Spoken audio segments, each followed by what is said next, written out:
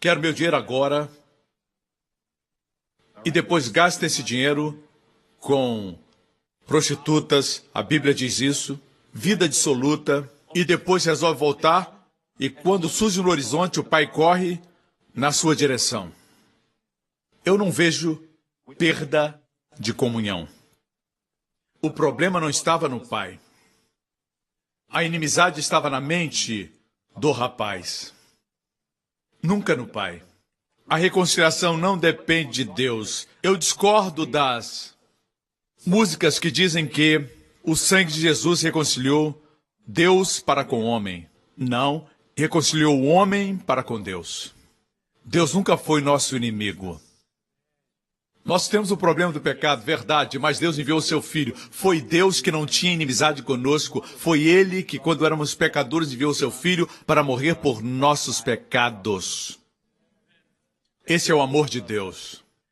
A Bíblia diz que éramos inimigos de Deus no nosso entendimento. Por isso o arrependimento deve ocorrer. Queridos, acredito em arrependimento como Martinho Lutero disse, mudança de mente. A primeira parte que precisa mudar é a sua mente. Muitas vezes, queremos nos arrepender em nós mesmos. Tenho que me arrepender disso, daquilo outro, e nos ocupamos com isso. Arrependimento só é arrependimento quando revela de forma nova nosso Senhor e Salvador Jesus Cristo. Arrependimento para com Deus. Paulo pregou em todos os lugares. Arrependei-vos para com Deus, mudar a mente com respeito a Deus e crer no nosso Senhor Jesus Cristo. O que isso quer dizer? Você antes acreditava que Deus era contra você, agora crê que Ele é por você. Deus não quer encontrar defeitos em você, Deus quer abençoar você. Deus não é contra você, Deus é por você. Deus não odeia nem está com raiva de você, Deus ama você. Isso é arrependimento para com Deus. É o verdadeiro arrependimento. Tem um tipo de arrependimento quando você olha para você mesmo. Mas é simplesmente se ocupar com você mesmo. Que aos olhos de Deus é orgulho. Amém? Veja. A Bíblia não diz que tem uma forma de perdão e é o perdão judicial. E a outra que é paternal. A Bíblia não ensina isso. Isso é doutrina de homens. Quem crê nisso, crê que 1 João 1,9 se refere a perdão familiar. Se confessar os pecados, Deus vai perdoar. Então deixe-me perguntar, como você explicaria esse versículo? 1 João 2,12, filhinhos, eu lhes escrevo. A expressão filhinhos é um termo de muito carinho. Quer dizer, meus queridos filhos, meus amados, queridos filhinhos. Teknon, no grego, filhinhos. Eu lhes escrevo, porque os seus pecados foram perdoados graças ao nome de Jesus. Isso está no capítulo seguinte de 1 João. Diz que fomos perdoados, e o perdão aqui no grego está no pretérito perfeito. E o pretérito perfeito significa que fomos perdoados uma vez por todas, e esse ato nunca vai ser repetido. Esse é o pretérito perfeito. Agora, uma pergunta para você. Filhinhos é um termo de família? Ou é um termo legal? Meus queridos filhinhos, me respondam. É um termo familiar, meus filhinhos? Esse termo é um termo familiar ou judicial? Um termo usado nas cortes? É uma expressão de família. Diz que fomos perdoados. Pretérito perfeito uma vez por todas. E sou certo que quando João escreveu, ele sabia algo do Evangelho que nós precisamos aprender. Quando escreveu a sua epístola, obviamente escrevia para pessoas que, quando lessem a carta, talvez não estivessem bem, talvez tivessem brigado com a esposa ou a esposa com o marido, um adolescente que tivesse se rebelado no dia anterior, ou pessoas que tivessem amargura contra alguém na igreja, pessoas que não eram perfeitas, mas João sabia de alguma coisa para poder dizer, filhinhos, eu vos escrevo, porque seus pecados foram perdoados graças ao nome de Jesus. O verdadeiro cristianismo, o Evangelho de Jesus Cristo, na sua autêntica essência, é baseado no perdão. Nós somos perdoados de todos nossos pecados. Se não entendemos isso, não vamos entender a cura. Muitas vezes as pessoas estão doentes porque elas pensam que têm pecados que não foram perdoados ou não foram confessados. Isso impede que creiam, impede que a fé seja liberada para que recebam a cura. Por isso, eu sou tão firme nisso. Eu quero o povo saudável. Eu quero as pessoas abençoadas. E tem um conceito certo a respeito de Deus. É por isso que em Tiago está escrito dessa maneira. O Espírito Santo diz assim, a oração da fé diz assim, se alguém está enfermo, chame os anciãos da igreja para ungir com óleo no nome do Senhor. E escutem, a oração da fé salvará o doente. Não podemos orar assim, eu vou impor as mãos, mas não sei se Deus vai curar. Mas vamos tentar. Deixa eu apostar. Deixa eu tentar. Isso não é oração da fé? É a oração da fé que salva o enfermo, diz Tiago. Tem que saber que a vontade de Deus é curar aquela pessoa. Não precisa de uma revelação especial, ou a manifestação audível de Deus, ou um anjo aparecendo, dizendo que é a vontade de Deus. Não, a palavra de Deus é a vontade de Deus. E Deus quer que todos tenham saúde. Pastor, se Deus quer todos sãos, por que aquela pessoa está doente? Por que alguns não são salvos, se Deus quer que todos se salvem? Deus não deseja que ninguém pereça. Mas se sair daqui, vai encontrar muitas pessoas que não são salvas. Mas não é vontade de Deus que se percam. A vontade de Deus é que recebam tudo que Jesus fez por elas na cruz. Mas não receberam por quê? Porque ninguém pregou para eles. A fé vem pelo ouvir e ouvir da palavra de Deus. O fato de não serem salvos não reflete a vontade de Deus. A vontade de Deus é que Deus não quer que ninguém se perca, mas que todos venham ao conhecimento da verdade. Essa é a vontade de Deus. Da mesma forma, Deus quer que todos tenham saúde. É o desejo do Pai. Se você tivesse a revelação de que Deus ama você, expulsaria todo o temor da sua vida. Deus quer você bem. Oração da fé. O caminho da sua cura começa quando crê que Deus quer que você esteja bem mais do que você quer ficar bom. Como você se sente quando seu filho tem forte febre e você deseja tirar seu filho daquela condição de febre? Multiplique isso 10.000 vezes. É assim que Deus se sente quanto a você. Não pode orar pelo enfermo dizendo, vamos tentar. Mas tem que orar sabendo que é vontade de Deus. Diz, a oração da fé salvará o enfermo e, se houver cometido pecados, lhe serão perdoados. Se nós disséssemos para todo enfermo, olha, não se preocupe, a Bíblia diz que a oração da fé salvará o enfermo e, se houver cometido pecado, ser-lhe-á perdoado.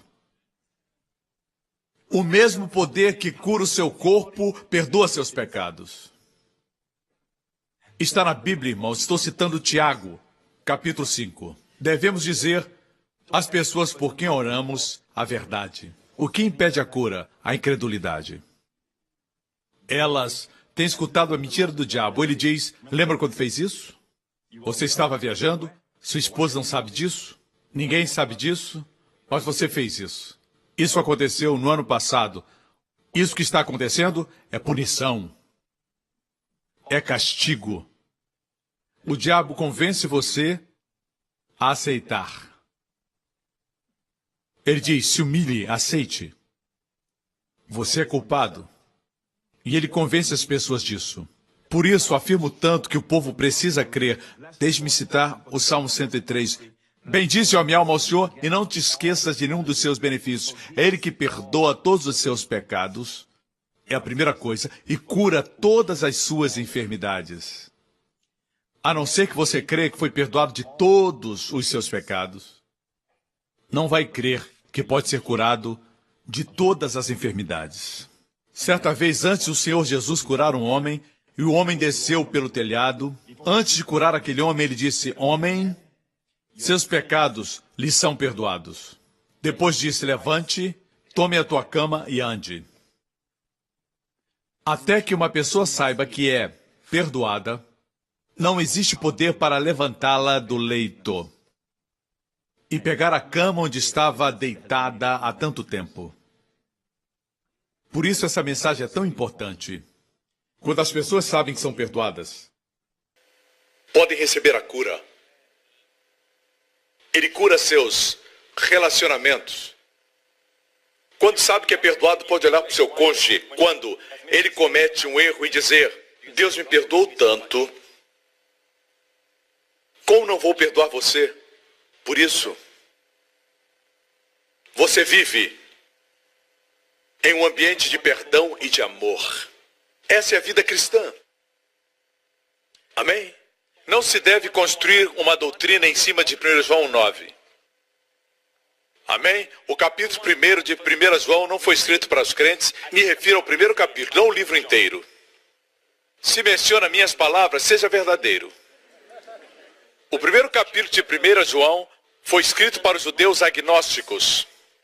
Existem duas correntes do agnosticismo. Uma crê que Jesus não era o Cristo. O Espírito de Cristo desceu sobre ele no seu batismo, o que é loucura, e o abandonou na cruz. Outra corrente ensina que Jesus Cristo era um fantasma, ele não foi um ser humano, ele não veio em carne. É por isso que João escreveu em 1 João dizendo: assim se conhece o espírito do anticristo. Todo espírito que nega que Jesus veio em carne não provém de Deus. Certo? Na primeira epístola, a partir do capítulo 2, ele escreve para os crentes e diz filhinhos. Pela primeira vez ele diz filhinhos. No primeiro capítulo não tem a expressão santos, não tem a expressão filhinhos. O primeiro capítulo foi escrito para os judeus agnósticos. Ele diz: ei, o que vimos com os nossos olhos e contemplamos, ele não é um fantasma, ele é um homem, e as nossas mãos apalparam. Isto proclamamos. Proclamar a quem? Para que tenham comunhão conosco. Esse conosco fala dos crentes. Com quem falava? Com os agnósticos. Mas pastor, está no presente, se confessarmos os nossos pecados, e eu concordo. Nós reconhecemos os nossos pecados. Você reconhece? Claro. Irmãos, eu ensino o perdão dos pecados. Quer dizer, eu reconheço os pecados. Se não reconhecesse os pecados, por que ensinaria o perdão dos pecados? Se não acreditasse que nós temos pecados, seríamos perdoados de quê?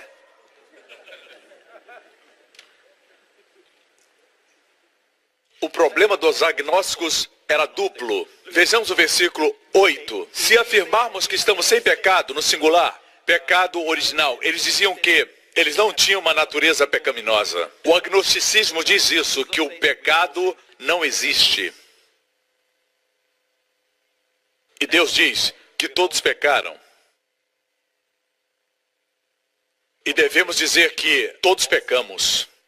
E eles diziam que não tinham pecados, falando do pecado original. Se dissermos que não temos pecado, enganamo-nos e a verdade não está em nós. Mas vejamos o versículo 10. Se dissermos que não temos cometido pecado, ação, ato. No versículo 8, pecado original, aqui uma ação, um ato. Fazemos de Deus um mentiroso e sua palavra não está em nós. Nós negamos que temos pecado na nossa carne? Não. Negamos que temos cometido pecado? Não. Versículo 9 diz: se confessarmos os nossos pecados. No grego, se estamos confessando nossos pecados, a palavra é homologeu. Confessar é homologeu. Falar o mesmo que Deus fala. Deus diz que é pecado, nós dizemos que é pecado. E Deus diz: perdoados pelo sangue de Jesus. E nós falamos: perdoados pelo sangue de Jesus. Dessa forma caminhamos alinhados com Deus. Amém. O versículo não diz: a não ser que você confesse, não vai ser perdoado. Esse ensinamento escraviza como me escravizou. Eu achava que não era perdoado por Deus até que confessasse todos os meus pecados. Aqueles que defendem isso, deixe-me dizer para você: você pode confessar todos os seus pecados se quiser. Antes de ir dormir, não pule na cama logo. se ajoelhe à beira da cama e peça ao Senhor para revelar todos os pecados que cometeu naquele dia. E você sabe o que vai acontecer? Pouco a pouco vai lembrar. Convenientemente, aqueles que escravizam as pessoas dizem: aquilo que você esqueceu, está esquecido. Deus perdoa. Que conveniente, se você crê que você tem que confessar, então confesse todo o pecado. Se um pode ser esquecido, por que não todos serem esquecidos? Irmãos, isso não faz sentido. Não é isso que a Bíblia diz. Amém? Deixe-me fazer uma pergunta. Foi o Senhor que fez para mim. Ele sabia que eu conhecia o versículo. Então ele me perguntou isso. Qual você acha que é o maior de todos os pecados? Qual você acha que é o maior? Vou dizer qual é. Paulo escreveu essas palavras: tudo que não provém da fé é pecado. Tudo que não provém da fé é pecado. Quando as pessoas confessam os pecados piores. Pornografia. Quando mentem. Quando usam drogas. Pensam que esses são os pecados que têm que confessar. Mas o pior de todos os pecados, o pecado que produz todos os outros, é a incredulidade. E eu vou provar isso para você. Eu já disse que a Bíblia diz que tudo que não provém da fé é pecado. Ok? Existe uma lista de pessoas que serão lançadas no fogo, no inferno, no livro de Apocalipse. E a propósito, muitas vezes quando a Bíblia mostra uma lista ou um grupo, vem por ordem de importância. Nem sempre, mas normalmente sim. Por exemplo, os 9 dons do Espírito. O primeiro é a palavra da sabedoria, que é o maior de todos os dons. Não gosto de dar uma importância maior, todos os dons são importantes, mas em termos de peso, o primeiro é a sabedoria. Como no livro de Provérbios, a sabedoria está em primeiro lugar. Cristo em primeiro lugar foi feito sabedoria, antes de justiça. Qual o primeiro grupo lançado no lago de fogo? A propósito, esse lago existe. O ser mais amável, mais maravilhoso, o Senhor Jesus nos advertiu sobre o inferno. Ele, que é amável e compassivo pelas pessoas, nos advertiu. Sabe o que ele disse sobre o inferno, o lago de fogo? O bicho não morre e o fogo não se apaga. Não tem como espiritualizar isso. Onde o bicho não morre nem o fogo apaga. O bicho está ao seu redor, você tenta matá-lo e ele diz: eu ainda estou vivo. O bicho não morre e o fogo nunca se apaga. Não tem como espiritualizar essas coisas. Mas alguns dizem, tentando espiritualizar isso, mas é impossível. Fique com a Bíblia. O inferno é real. Mas pastor, por que Deus enviaria pessoas para o inferno? Deus não envia ninguém para o inferno em primeiro lugar. Se você for para o céu, só tem uma pessoa para agradecer, o Senhor Jesus. Amém? Se for para o inferno, só tem um para agradecer, você mesmo. Deus não envia ninguém para o inferno. Quem vai, vai porque quer. A Bíblia nos diz o seguinte: o inferno não foi preparado para o homem. O inferno foi preparado para o diabo e seus anjos. Alguns pensam que Jesus veio... Se ele não tivesse vindo, viveríamos muito felizes, mas ele veio e nos deu uma escolha. Se não aceitarmos, vamos fritar no inferno. Já ouvi gente dizer isso. Isso não é verdade. Antes de ele vir, estávamos a caminho do inferno. Já estávamos. Você pode dizer o que você quiser, mas você somente é barro nas mãos do oleiro. E o barro diz: quero arrazoar com você. O senhor não é politicamente correto. E Deus bateu no barro.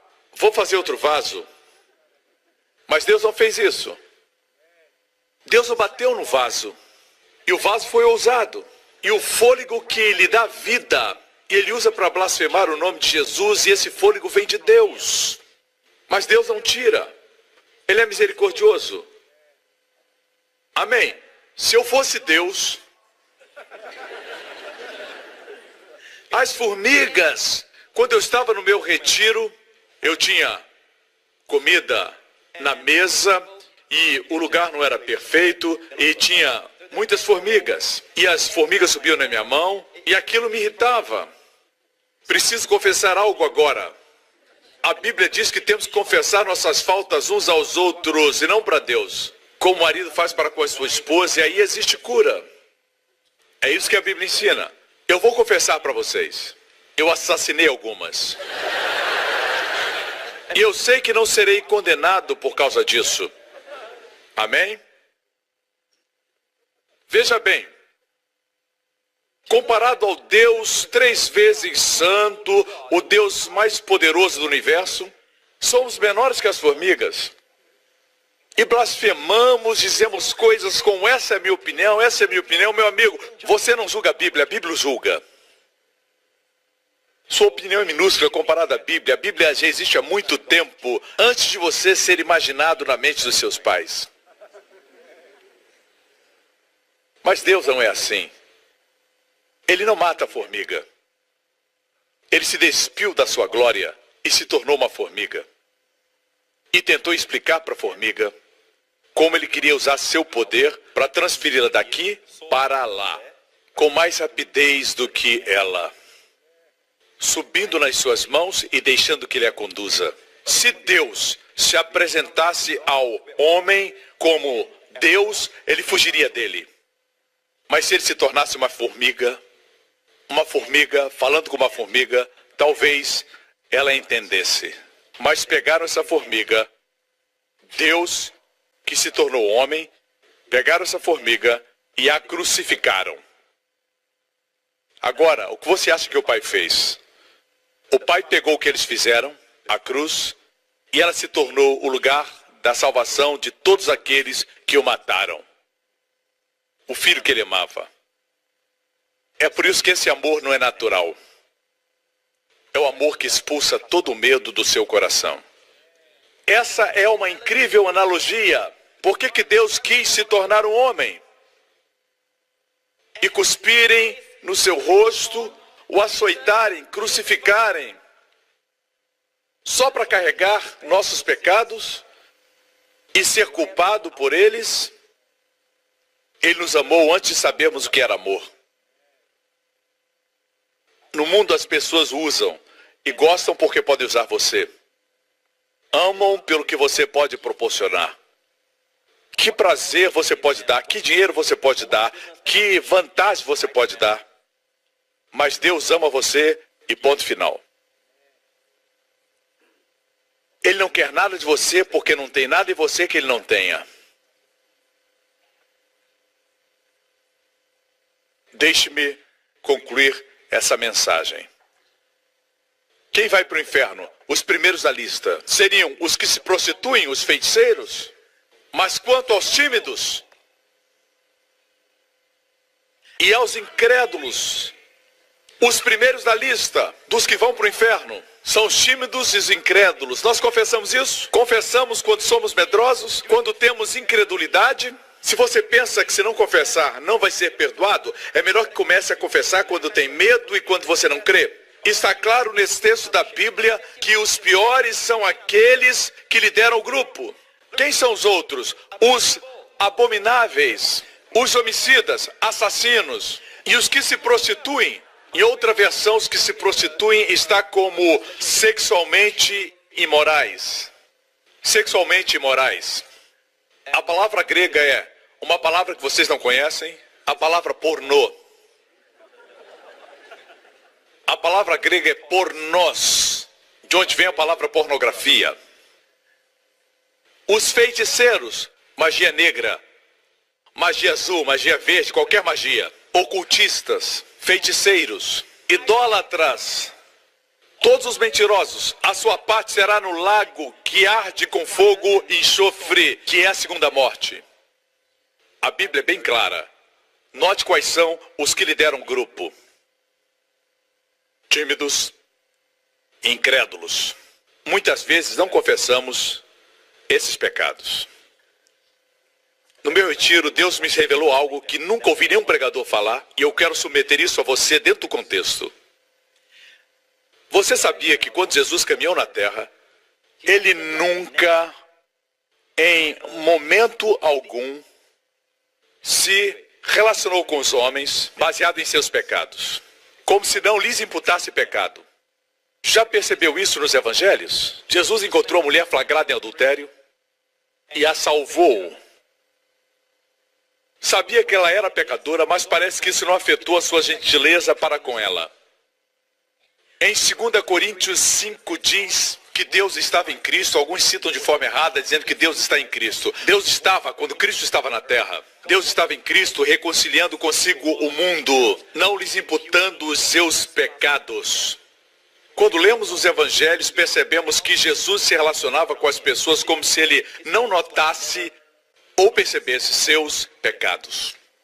Se chegavam enfermos, ele dava saúde. Em nenhum momento disse que eles deviam confessar seus pecados. O Senhor ensinou arrependimento? Sim.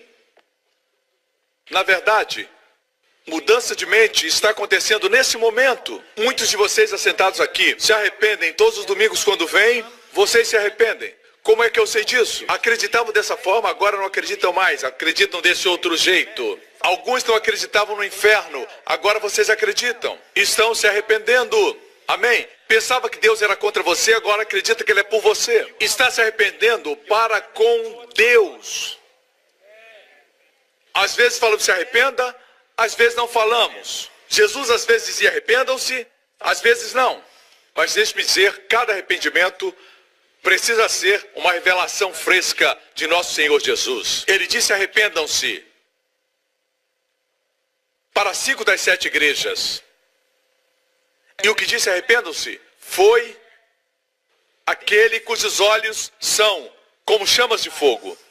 Para outra igreja, o que diz isso é aquele que tem as 7 estrelas na sua destra. Aquele que diz essas coisas é aquele cujos pés são semelhantes ao latão reluzente. Sempre é apresentado uma nova revelação de Jesus. E aquela igreja está sofrendo porque não havia recebido aquela revelação nova.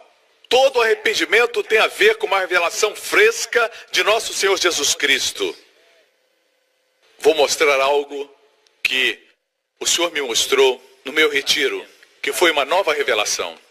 Em João 20, Jesus havia ressuscitado. Chegada após a tarde daquele dia, o primeiro dia da semana, o domingo, o primeiro dia da semana, e cerradas as portas onde os discípulos estavam, com medo dos judeus. Com medo de Deus? Não. Porque estavam escondidos? Porque estavam com as portas trancadas? Porque tinham medo dos judeus? Medo. O que é medo?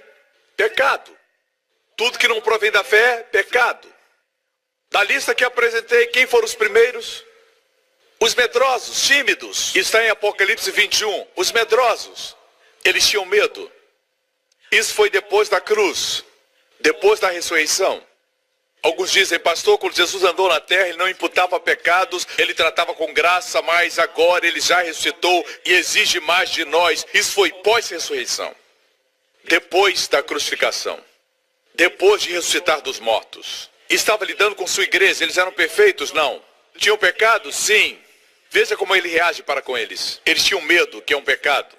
E chegou Jesus e se pôs no meio. Jesus sempre gosta de estar no meio. Ele quer estar no meio do seu casamento, no meio dos seus negócios, no meio dos seus estudos, no meio dos seus relacionamentos, no meio do seu coração. Jesus chegou e o que ele falou? Confesse seus pecados. Não foi isso. Ele disse, paz, shalom, paz seja convosco. Espera um pouco, eles não estão em comunhão com o Senhor. Estavam? No que diz respeito a ele, nunca perdemos a comunhão. Ele os buscou quando eles estavam com medo. Eles não o procuraram, ele apareceu para eles. E suas palavras foram, ei, shalom, amigos. Shhh. Ele os acalmou, shalom. Lembra do que eu disse? Arrependimento é sempre a revelação de Jesus para nós, o contemplamos. Eles se arrependeram sem essa palavra. E dizendo isso, paz. mostrou-lhes as suas mãos e o seu lado, de sorte que os discípulos se alegraram vendo o Senhor. Em outras palavras, ele disse: amigos,